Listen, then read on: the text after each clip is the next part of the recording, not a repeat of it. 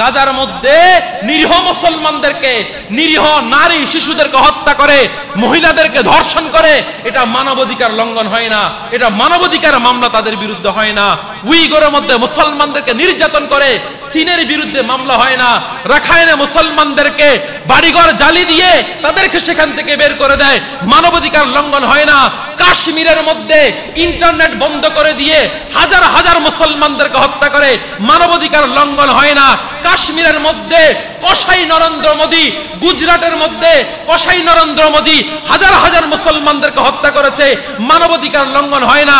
গত 2-1 বছর আগে, গত 2-3 বছর আগে ভারতের বিভিন্ন অঞ্চলে মুসলমানদেরকে হত্যা করে, এই যে আসাম, ত্রিপুরায় রাজ্যগুলোর মধ্যে মুসলমানদেরকে হত্যা করে, দেশ থেকে বের করে দেয় শুধুমাত্র মুসলমান হওয়ার কারণে, এগুলা নিয়ে মানবাধিকার লঙ্ঘন হয় না?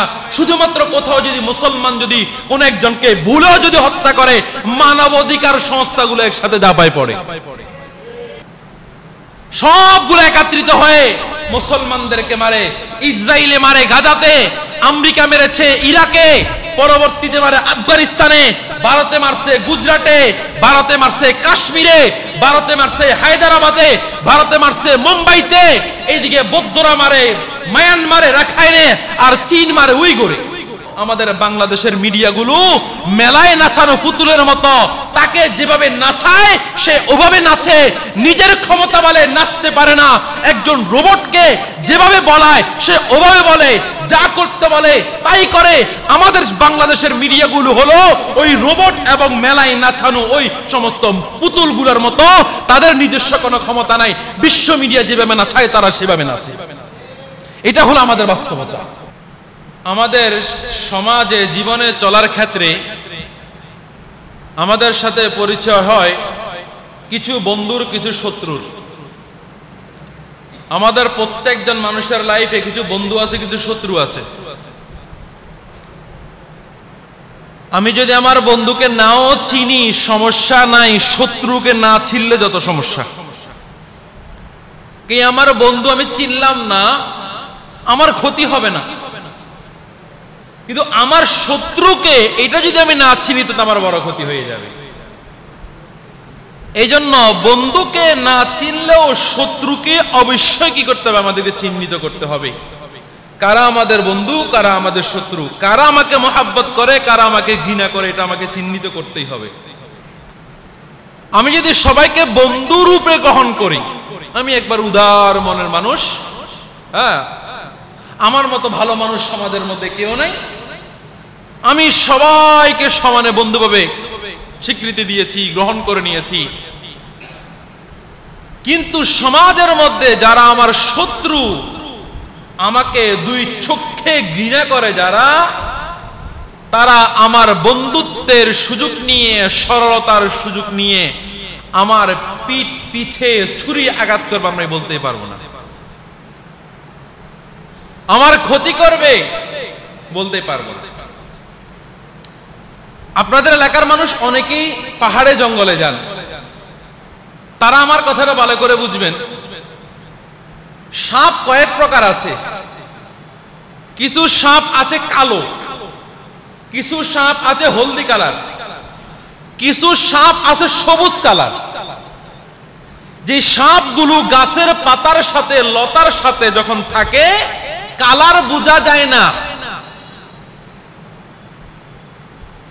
আপনি যেই সাপগুলো কালো এবং যেই সাপগুলো হলদে কালার, যেই সাপগুলো সবুজ কালার নয়, ওই সাপগুলোকে দেখলে বুঝবেন, তার থেকে দূরে থাকবেন। আর যেই সাপগুলো গাছের কালারের সাথে মিসিং হয়ে থাকবে, যেই সাপগুলো সবুজ কালারে থাকবে, আপনি খেয়ালই করবেন না, ওই সাপগুলো আপনাকে সবচেয়ে বড় ক্ষতি করবে। পাহাড় অঞ্চলে যে সমস্ত পাহাড়গুলোর মধ্যে গাছ থাকে না, পাথরের পাহাড় যেগুলো আছে, মাঝে মাঝে কিছু ভিডিও দেখা যায়, ওই পাহাড়গুলোর মধ্যে কিছু সাপ থাকে, হুবহু পাহাড়ের কালারের, সেম কালার, না দেখলে বোঝা যায় না এখানে একটা সাপ আছে। ওই সাপগুলো এমন ভাবে থাকে পাহাড়ের গুহার মধ্যে, কোন একটা পাখি এসে বসলেই ওই পাখিটাকে ধরে ফেলে। পাখি যে সেখানে একটা সাপ আছে বলতেই পারে। এটা কেন? ওই পাখি তার শত্রুকে চিহ্নিত করতে পারে নাই। এই গুহার মধ্যে আমার শত্রু আছে চিহ্নিত করতে পারে নাই। পাহাড়ের মধ্যে, বনের মধ্যে, জঙ্গলের মধ্যে সবুজ কালারের ওই সাপগুলোকে চিহ্নিত না করার কারণে সাপগুলো আপনাকে দংশন করে, আপনার ক্ষতি করে। কিন্তু আপনি যদি বুঝতে পারতেন এগুলো সাপ আমার ক্ষতি করবে, এগুলো থেকে আমাকে দূরে থাকতে হবে, তখনই আপনি দূরে থাকবেন, তখন আপনি বেঁচে থাকতে পারবেন। অন্যথায় আপনার জন্য মৃত্যু অবধারিত, না হলে আপনার জন্য বিপদ হওয়া এটা অবধারিত, নিশ্চিত আপনার জন্য। এই জন্য কি করতে হবে? আমাদের শত্রু চিনতে হবে। শত্রু শুধু বন্ধু নয়, শত্রুগুলো আমাদের চিনতে হবে, এটা মাথায় রাখতে হবে। আমাদের সমাজে আমরা শত্রু চিনি না, এটাই সবচেয়ে বড় সমস্যা। কে আমার বন্ধু, কে আমার শত্রু, এটা না চিনার কারণে আজকে আমাদের সমাজের মধ্যে অনেক সমস্যার সম্মুখীন হতে হচ্ছে মানুষদেরকে। আল্লাহ পাক রব্বুল আলামিন আমাদেরকে পাঠিয়েছেন, আল্লাহ পাক রব্বুল আলামিন আমাদেরকে মুসলমান করে পাঠিয়েছেন। আল্লাহ আমাদের উপর দয়া করে, অনুগ্রহ করে একজন নবী পাঠিয়েছেন, মুহাম্মদুর রাসূলুল্লাহ সাল্লাল্লাহু আলাইহি ওয়াসাল্লাম। ওই নবীর বদৌলতে আমরা আল্লাহকে চিনতে পারছি, আখিরাত চিনতে পারছি, নবী চিনতে পারছি, আমরা ঈমানকে চিনতে পারছি ওই নবীর বদৌলতে। এটা আল্লাহ পাক রব্বুল আলামিন আমাদের উপর কত বড় অনুগ্রহ করেছেন। আল্লাহ নিজে বলতেছেন, ওয়ালাকাদ মান্নাল্লাহু আলাল মুমিনিনা ইয বাআসা ফীহিম রাসূলাম মিনহুম। আল্লাহ কয় আমি মুমিনদের উপর সবচেয়ে বড় ইহসান করেছি, তাদের মধ্যে একজন রাসূল পাঠিয়ে। সুবহানাল্লাহ। আচ্ছা, আল্লাহর প্রত্যেকটা কাজেই তো অনুগ্রহ, কোনো সন্দেহ আছে? আল্লাহ রোদ দেয়, সেটা অনুগ্রহ আমাদের জন্য। আল্লাহ রাত দেয়, সেটা অনুগ্রহ আমাদের জন্য।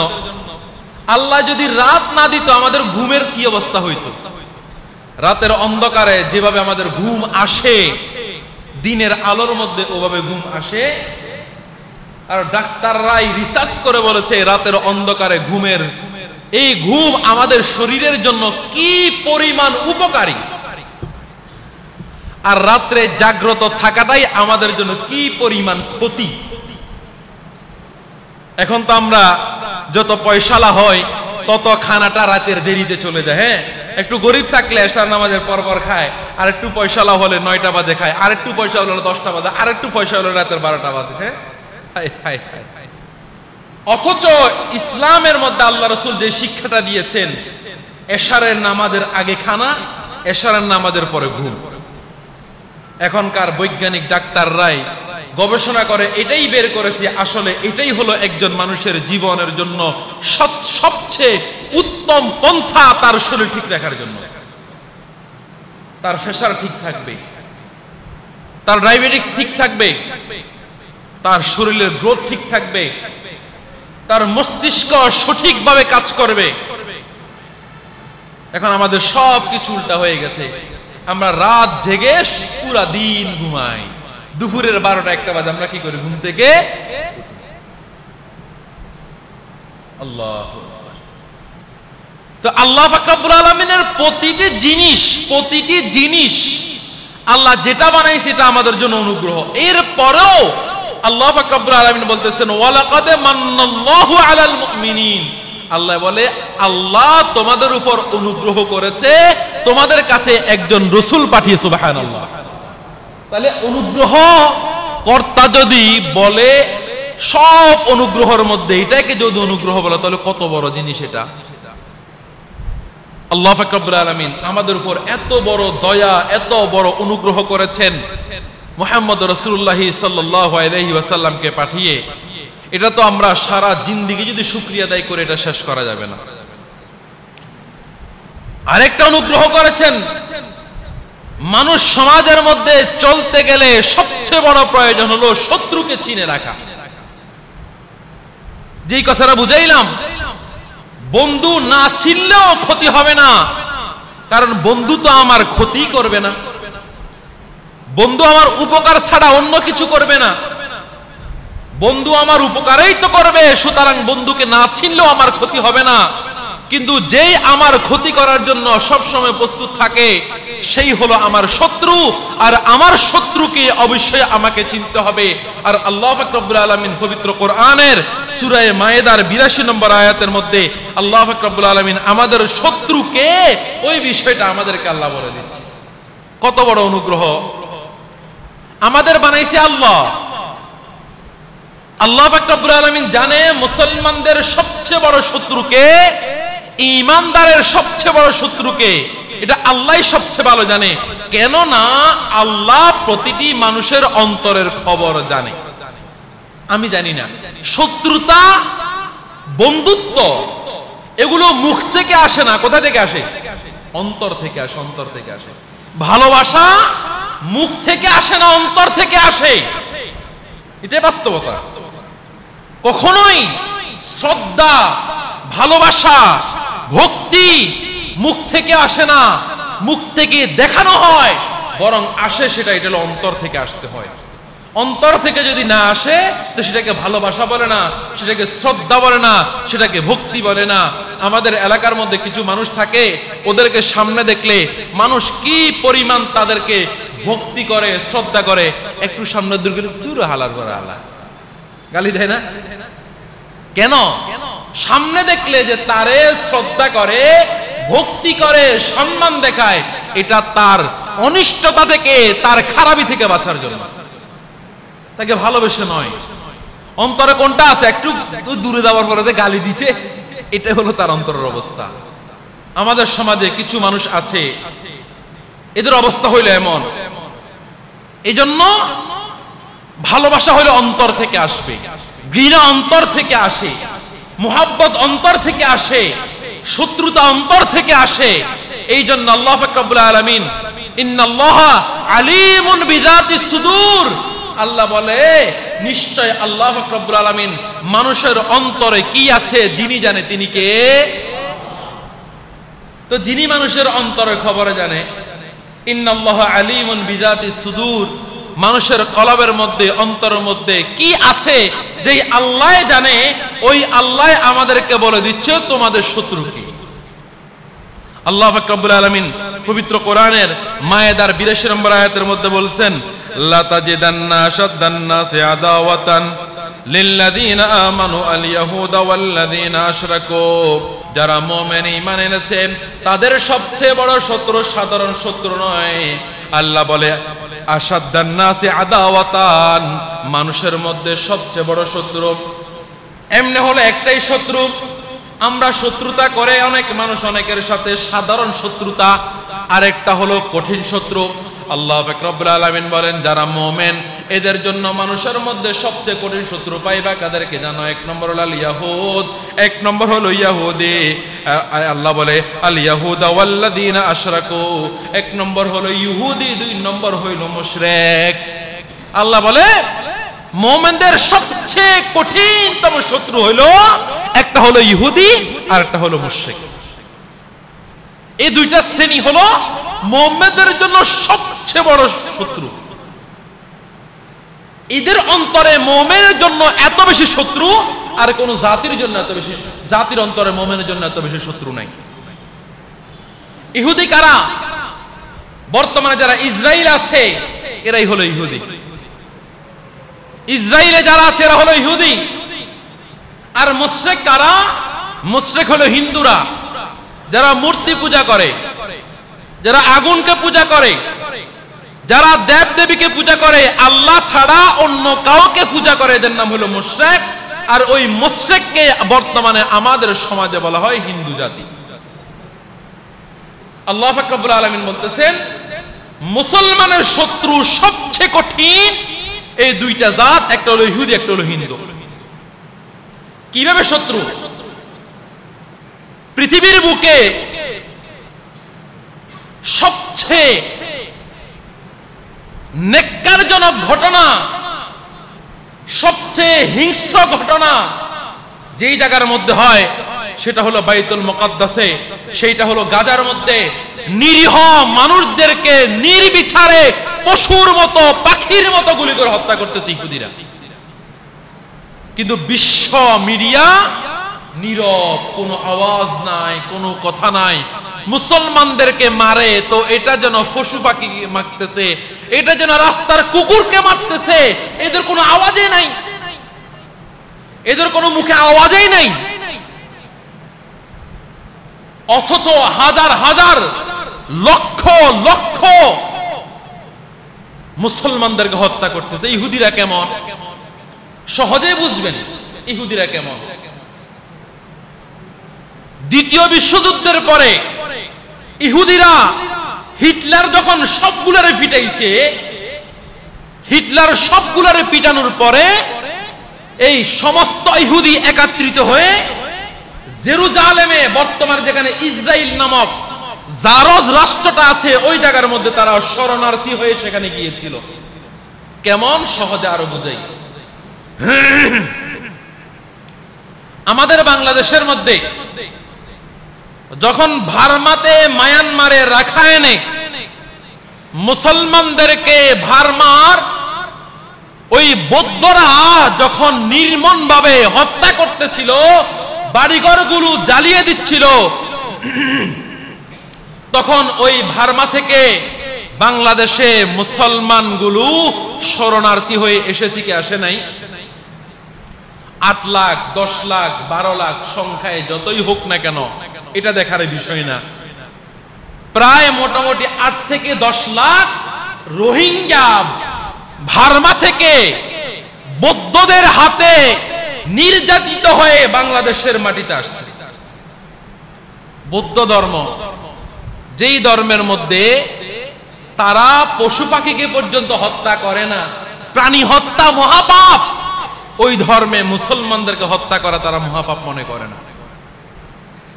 একটু চিন্তা করে দেখেন, এই পরিমাণ মানুষকে নির্যাতন করেছে, মানুষকে হত্যা করেছে, কি পরিমাণ মানুষকে হত্যা করেছে, নির্যাতন করেছে, বাড়িঘর জ্বালিয়ে দিয়েছে। যারা মিডিয়াতে আছেন তারা দেখেছেন। বাংলাদেশে এসে তারা উখিয়াতে, তারা সেখানে তাদের জন্য সরকার জায়গা করে দিয়েছে। এখন যদি ওই মায়ানমারের মুসলমানরা যদি ওই জায়গাটাকে দখল করে একটা রাষ্ট্র ঘোষণা করে, এটা বৈধ না অবৈধ? এটা আন্তর্জাতিক আইনে অবৈধ। এরা শরণার্থী, এরা রিফিউজি, এরা যেই জায়গার মধ্যে আশ্রয় পেয়েছে ওই জায়গার শরণার্থী, ওই জায়গা দখল করে কখনো তারা রাষ্ট্র ঘোষণা করতে পারে না। ঠিক তেমনি ভাবে বর্তমানে ইসরায়েল যারা আছে, ইহুদি, এরা জেরুজালেমের মধ্যে শরণার্থী হিসাবে গিয়ে তারা সেখানে নিজেদেরকে জায়গা দখল করে, মুসলমানদের ভূখণ্ড দখল করে, তারা সেখানে রাষ্ট্র ঘোষণা করে দিয়েছে। এরা আন্তর্জাতিক আইন অপরাধী। এরা রাষ্ট্র ঘোষণা করার পর থেকে এরা আন্তর্জাতিক আইন অপরাধী। কিন্তু আন্তর্জাতিক আইন কারা? সেটা তো তারাই নিয়ন্ত্রণ করেই তো তারা। চোরে কখনো চোরের বিচার করতে পারে নাকি? এক চোর আরেক চোরের বিচার করতে পারে না।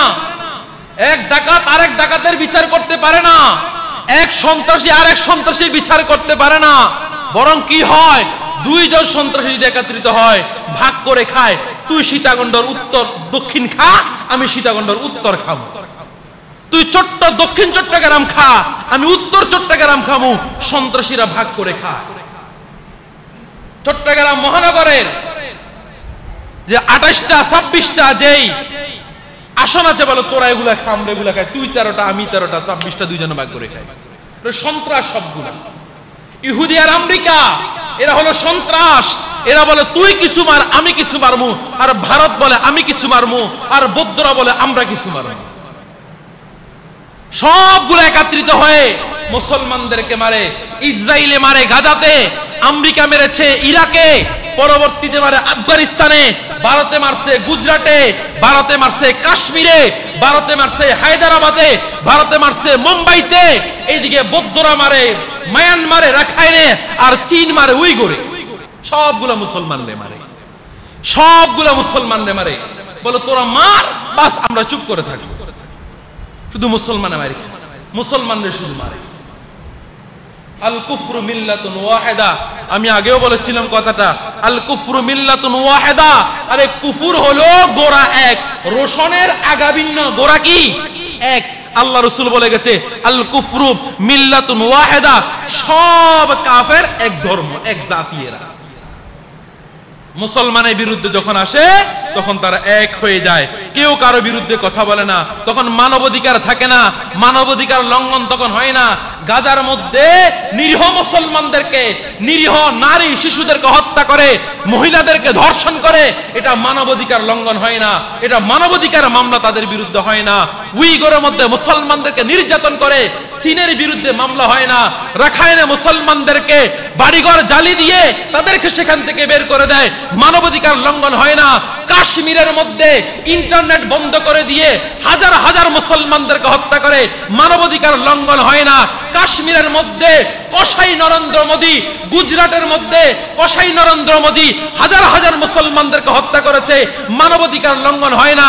গত 2-1 বছর আগে, গত 2-3 বছর আগে ভারতের বিভিন্ন অঞ্চলে মুসলমানদেরকে হত্যা করে।